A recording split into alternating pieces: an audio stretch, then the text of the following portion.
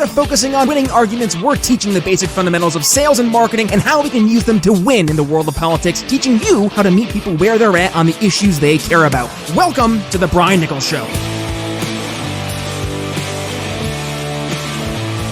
Well, hey there, folks. Brian Nichols here on The Brian Nichols Show, and thank you for joining us on, of course, another fun-filled episode. Joining me today, sales legend, talking all things sales, specifically trigger events. What are trigger events and how they can help us sell? Craig Elias, welcome to The Brian Nichols Show. Brian, thank you very much for having me. Absolutely. Craig, thank you so much for taking the time to join us today, and I'm excited to have this conversation. It's a reoccurring theme I'm finding, having these conversations with some sales legends. Had Victor Antonio, Tim Wackel, and now Craig. We're going to have a nice conversation with you, and I most notably got to know more of your work reading through Shift, which was harnessing the trigger events that turn prospects into customers from 2010. And fast forward to today, we want to talk about the main focus of that book, which is trigger event selling. But before we get there, Craig, let's introduce yourself to the Brian Nichols Show audience. Who are you and what got you into this world of sales? Wow. So I was in sales 20 years before I became an entrepreneur. But what got me into the world of sales was actually being a bartender at a restaurant, and a guy I worked with became a recruiter. And I got a job as an inside salesperson and was told I'd never make it into outside sales in that company because they only take engineers after 2 years of product training and put them in sales. I lasted 60 days in that job, and the guy who ran the outside sales team came to me and said, got a spot in Edmonton because the guy who was in sales has sold the script to Hollywood, and there's no way I'm going to take any of these engineers and put them on the road. And you seem to know what you're doing. Would you like to move to Edmonton? And from that point on, I was pretty much this golden child who just ended up close to number one or number one everywhere, right up until the day before 9/11. And I joined a brand new tech firm the day before 9/11. But just like always happened, I became the number one sales guy in less than 6 months. But unfortunately, they admitted to conducting $11 billion in accounting fraud. And that's when I kind of left the world of sales specifically and bumped into entrepreneurship, being an author, and what I've been doing pretty much ever since. Wow. And you know, I don't know about you, but I hear the story quite often. The accidental, there we go, salesman. Yes. And it happens more often than not. I know I never thought I'd going to be finding myself in the world of sales, leading a sales team, but alas, here we are. And it's exciting because you get to see not only the opportunity that you get for yourself financially, because there is that, you know, what's in it for me. And at the end of the day, it's the commissions, right? You know, not only do you have the quota, but there's a reason that quota exists. And so you have that financial incentive, but also when you get to see your product actually making a difference. And that's something that I've really been able to take, especially over the past 2 years here in this era of COVID. My world is in the greater telecom cybersecurity world. And guess what? All of a sudden became really, really important when March 2020 hit. Being able to communicate without being face-to-face. And then all of a sudden, everybody being from home and everybody being online, guess what increased? Cyber attacks. So all of a sudden, it kind of hit me like, not only are you selling a solution, but you're selling something that's helping people. And that's helped make, I would say, not only in my world, but, you know, helping my sales team as we're going through and understanding what we're doing as we're going through in our world, having conversations with CIOs and directors of IT, but also figuring out what specific problems can we go ahead and try to solve for them. But getting those conversations to start, sometimes that's the hardest part. And this is where what you've been doing in trigger event selling has been so helpful. Can you dig into that, Craig? Yeah. So when I left being a salesperson and wanted to become an entrepreneur, I reflected on my 20 years of luck as a salesperson. When was I good? When was I great? When was I just unstoppable?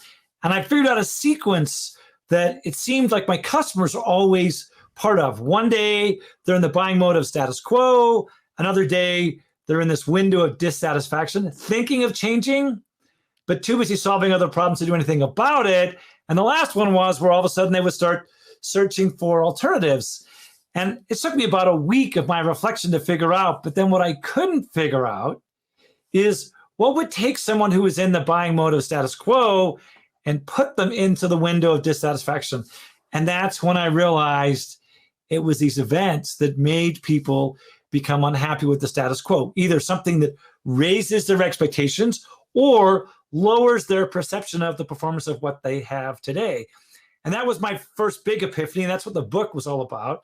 But what's happened since then is I've begun to realize it's not just one event, it's actually three. The first event, somebody wants to change. The second event, somebody has more time or money. Now they can afford to change. Now they're actually looking for a solution. And sometimes that's when they're an inbound lead. And then the third event is where people need to have a third event where they can justify the purchase to somebody else. And it's only those people that have all three events that will actually become customers. And that's why for a lot of salespeople, there's lots of deals that don't close because that person can't find a way to justify the decision to themselves or maybe somebody else.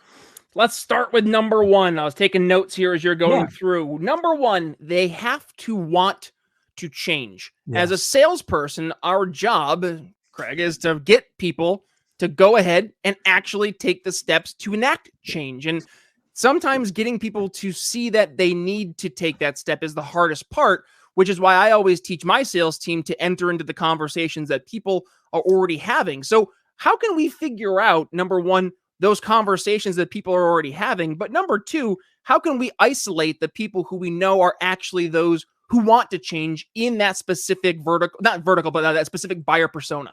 Good question. And I think about what is called an ICP. So some people hear of an ideal company profile or an ideal client profile. I think of it as an ideal customer or an ideal contact profile in particular.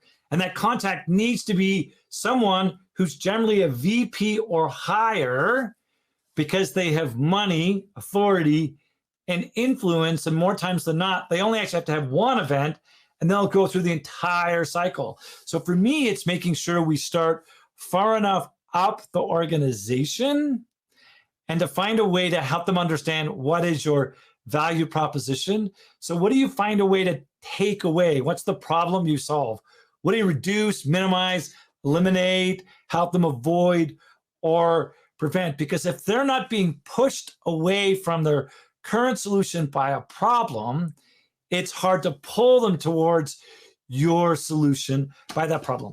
A guy named Bob West does a really good job of that in his book called Demand Side Sales. He talks a little bit about there's push and there's pull. And if there is no push, it's really hard to pull someone enough to have them leave something they're already generally happy with and have them know or get to know the devil they didn't originally know, because the argument is better the devil I know than the devil I don't. And that's why it's so hard to move people from one place to another.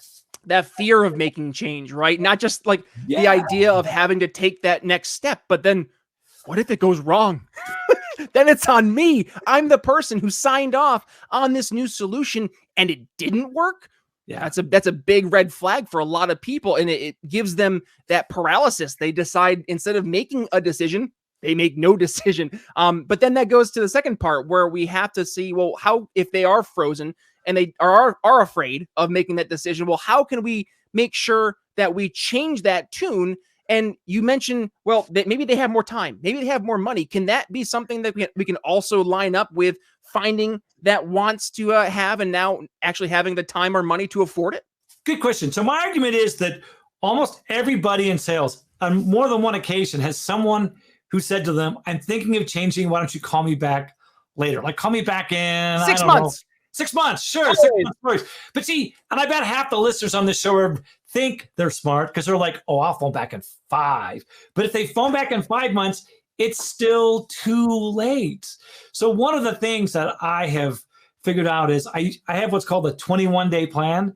My plan is to make sure I find a way to have a meeting in at least the next 21 days. Otherwise, it's too late. So let's say I phone you up. You're like, I'm too busy.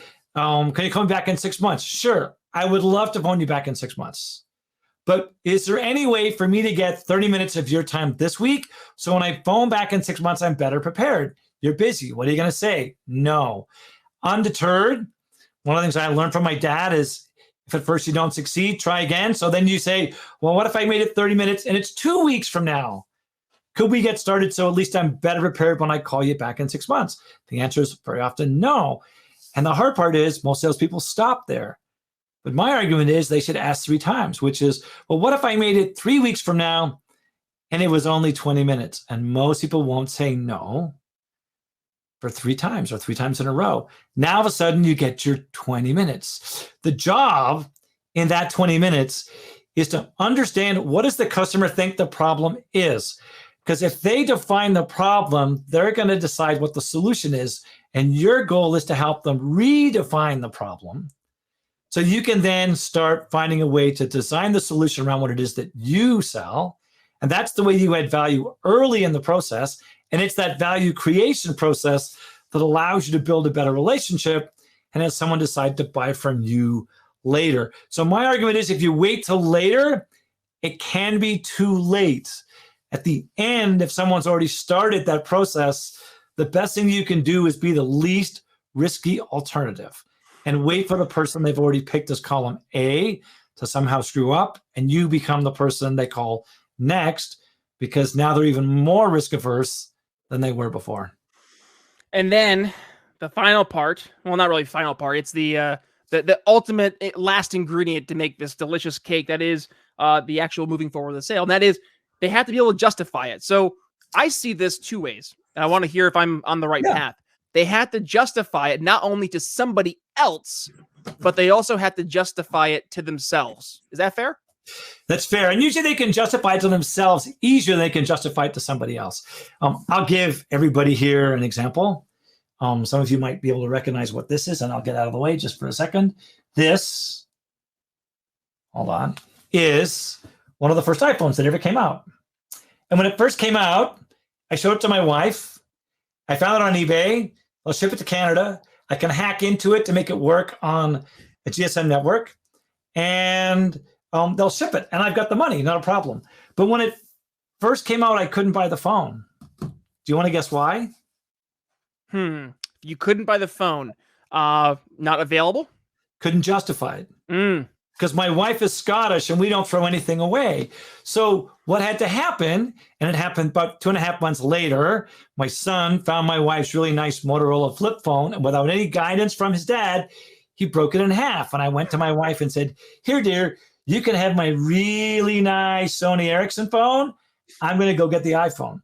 So this justifying falls in 5 flavors. It's called RIPES.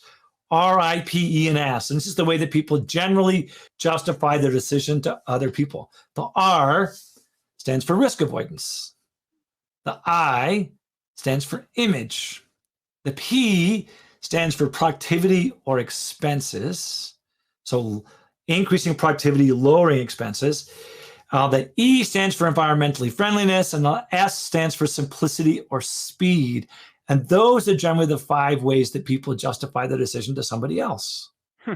Simplicity and speed. I'm seeing that come up more and more in conversation too, especially in an era where things are so fast paced. I see this a lot with especially cybersecurity solutions. People say, "Can you help me?" Yes. How fast? How soon? Say, "Oh, okay. Well, that makes my job a lot easier." But that simplicity of helping them go from where they identify the problem, see the solution, and then can actually implement that solution and making it so it's as few steps as possible.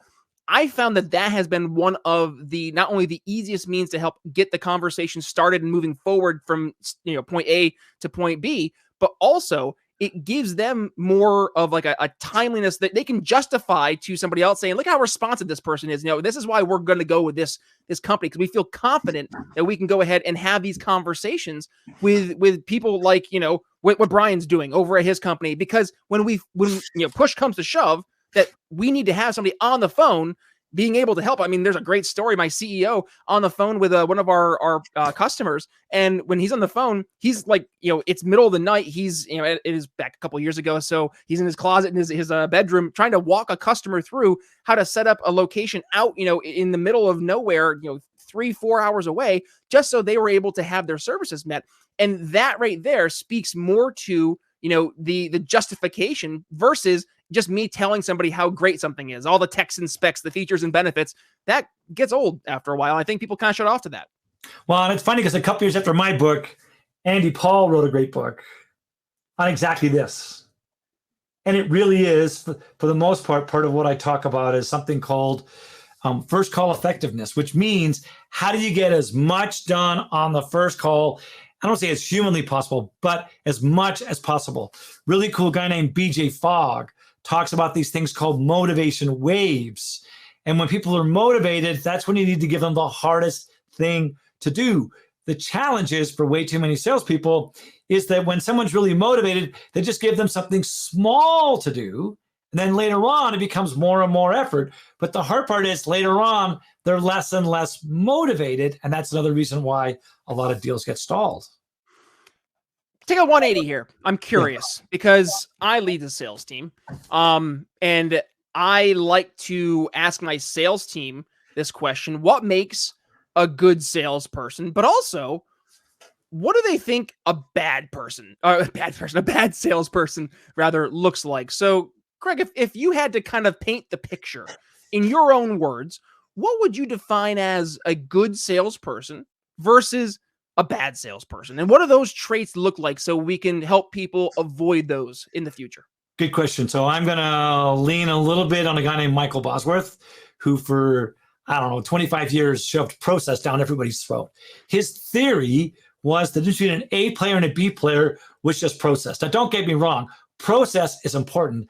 But then what he realized, his epiphany after like 25 years, is it wasn't the process. It was actually somebody's ability to actually build the kind of relationship that they were told information that other people did not have access to. Now, in my world, the word I would use is called propinquity, and I'll spell that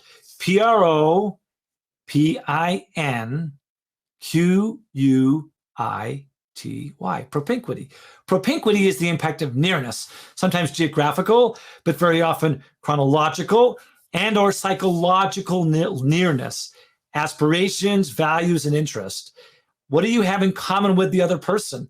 Do you want to try and find a way to leave the world a better planet? Are you trying to find a way to help dogs, deers, whatever that might be? That's the aspirations. Values are the things you're not willing to give up in order to be successful. And interests are the things you do in order to pass the time.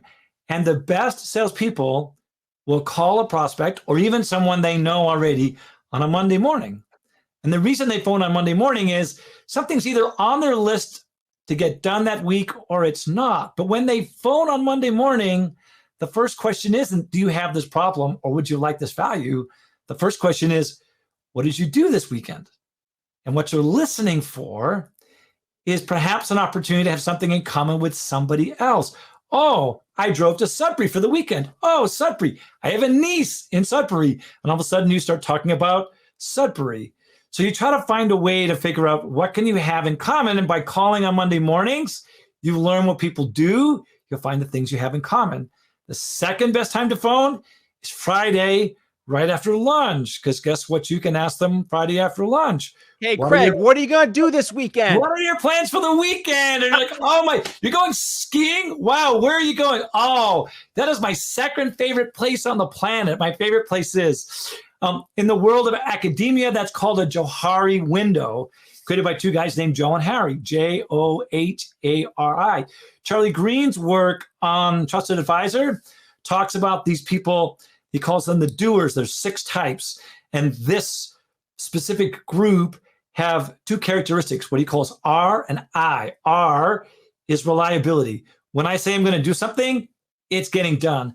The I stands for intimacy, and that customers tell them things that they don't tell other people. That's one of my things about really good salespeople. The other good thing that really good salespeople do is they read. So this is about half of my library. The other half has been lent out more often than it's been returned. So good salespeople are eager to always learn. They're always picking up new books, reading, not listening, reading new books, and they're always asking for feedback. So when they win a deal, part of the process is, how can we make it easier to become our customer? Asking that question, what could I have done better? And those are the people that I think are the best salespeople. They might not be the best when they start, but they sure as hell are when they finish. And I love the idea and the focus on being eternally curious, always wanting to learn more, and never to say, I've hit the peak. I know everything. Because as soon as you are in that mindset, you're losing, because there are other people out there who are trying to think of new ways, more creative ways to make the sale happen. And I mean, the library, half the library behind you is a testament to how many great people are out there that we can look to. And I think part of sales too, Craig, is just not reinventing the wheel, which it's so exhausting sometimes, because you see too often, especially as we look, and I'm in the world of politics, and that's why we do the show, is to try and bring what we know that works in the world of sales from not only the art and science, but I would dare say the performance aspect as well, and bringing that into a political world where we can meet people on the issues they care about, but specifically knowing that you're having their genuine good interests in mind, and trying to help make that process in their world as easy as possible to make the choice as well. And we see that parallel between a voter and a consumer is they want to be able to know not only that their choice matters in terms of making the right decision, or in this case, the right vote, but also that they're going to get a good solution, a good product, a good service in return. And that's where a lot of salespeople drop the ball. And it goes back to the fact that they're not trying to do something extra. They're not trying to go above and beyond, because they've gotten comfortable. They've gotten complacent. And that's why I always encourage people, I try to read, at least, a book a week if I can, because reading is just the best way to constantly learn more and to see other points of view. I mean, heck, I was going through reading Brandon Bernanson's Sales Secrets book, and your amazing chapter, Bet on Your Many Mobilizers. That was something that inspired me to reach out to you originally. There you go. The Challenger Sale. Yeah, exactly. So sometimes it's a popular book and there's one word in the entire book that you want. Sometimes it's a book you've never heard of, and it becomes the most dog-eared, highlighted, underlined book you will ever own. This is the only sales book I've ever read cover to cover twice. Wow. So yeah, and it's picking up these gems, and every time you pick out even just one little thing from every book, and sales is not one big thing. Sure, timing works in your favor if you talk to the right people at the right time and say the right things, but that only gets the conversation started. There's lots of stuff on the back end you can still do to screw it up, right? Ain't that the truth? Well, here, as we wrap up, Craig, because we are getting hard pressed for time here. One of the recurring themes we've seen, and I mentioned this with Tim Wackel, we talked about this with Victor Antonio, timing is easily one of the most important aspects in any sale, but often one of the least focused on aspects of sales by your average sales pro. So with that in mind, if you could give a word of advice to your average salesperson in regards to the approach to understanding and appreciating the aspect of timing, and necessarily not being the right time, but helping it from the buyer's perspective to be the right time for them. Craig, floor is yours. Really good question. I think, so the hard part is there's lots of people that try to find a way to create timing. In fact, my second book was all going to be called Shove. How do you create the events to push aside your competition? It turns out in the last 11 years, I've looked at a lot of stuff and not a whole lot of stuff actually works. What works really well is job changes. Soon as there's a new decision maker in a job, the data says that something like 32% of new decision makers will make $1 million worth of decisions in their first 90 days in the job. But the big thing is not just on that one guy or gal that changed jobs, but you need to figure out that one guy or gal, whose place did they take? Because that person's moved on to a new place with more money, more authority, more influence than before. When the person you know moves on, you got to follow up with them. You then want to go talk to the person who replaces the person who you originally were talking to. And when you go talk to that person, the very first question you should ask is, where did you come from? Because that too is an opportunity where someone's new in their job and highly likely to change.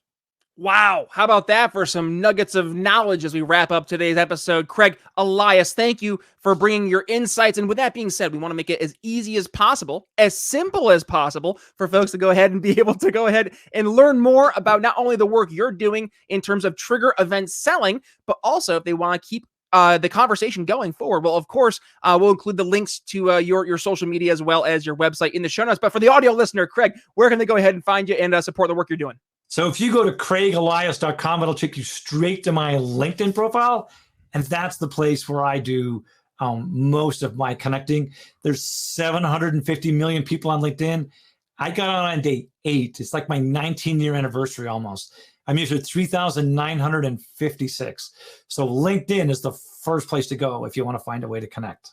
Fantastic. Craig Elias, thank you so much for bringing all of your insights to the Brian Nichols Show audience. And folks, of course, we'll include today's show notes in, if you go ahead to your podcast catcher, click the artwork. It'll bring you to the Brian Nichols Show, where you can find not only the transcript for today's episode, but also all 400 plus episodes of the Brian Nichols Show. But with that being said, Craig Elias, thanks for joining us on the program today.